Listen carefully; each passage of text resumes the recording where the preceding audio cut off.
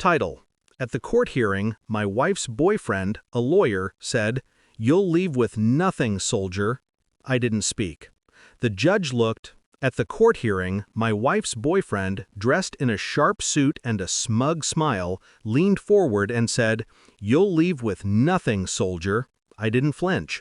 I didn't speak. I didn't need to.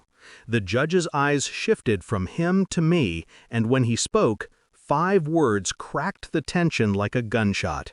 "That's simply not true." The room went silent. My hands were steady, my chest empty of fear. Inside, I tasted the calm satisfaction of a storm I had spent months preparing. I remember the first time I trusted her completely. Her laugh had this crooked, infectious edge, the kind that makes you believe in forever. We built a life on weekends in small cafes, late-night walks, the comfort of shared silence. I thought love meant loyalty, meant forever. That illusion shattered quietly, subtly, until one night I found a receipt in her coat pocket. A receipt from a hotel. Alone, or so she thought. I watched them. I noticed the small things. Late dinners that smelled like perfume she never wore at home.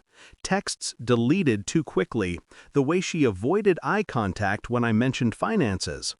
I didn't confront. I waited. I listened. I learned. Betrayal, I discovered, is rarely loud. It whispers. And whispers, when ignored, grow into a roar. The discovery wasn't cinematic.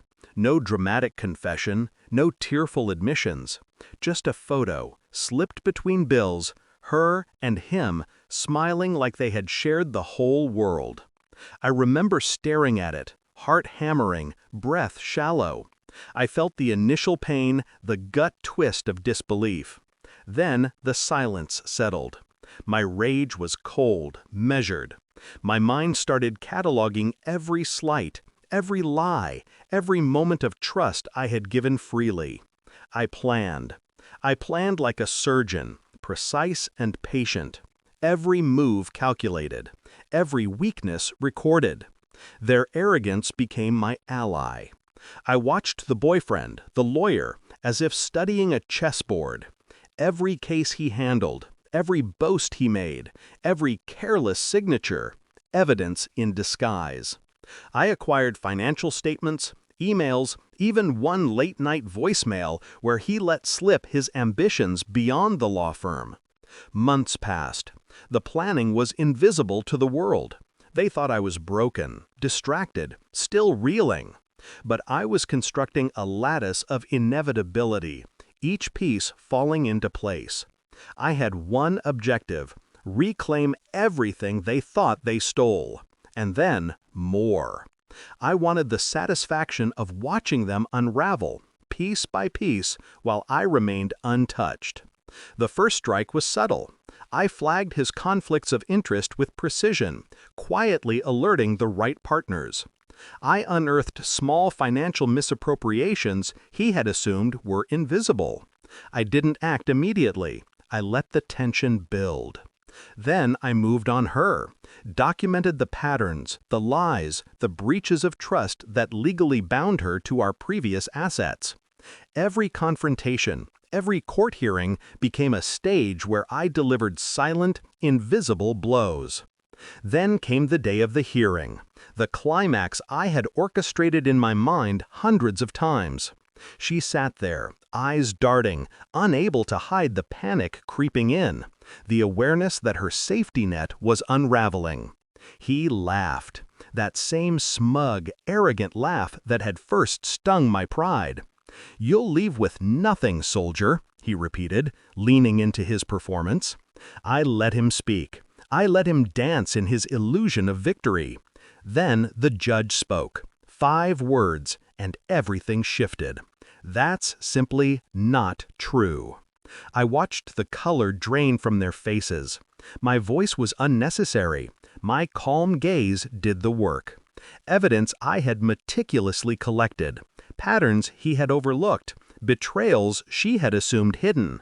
All exposed in moments. Surgically, devastatingly. He sputtered, disbelief cracking the armor of his arrogance.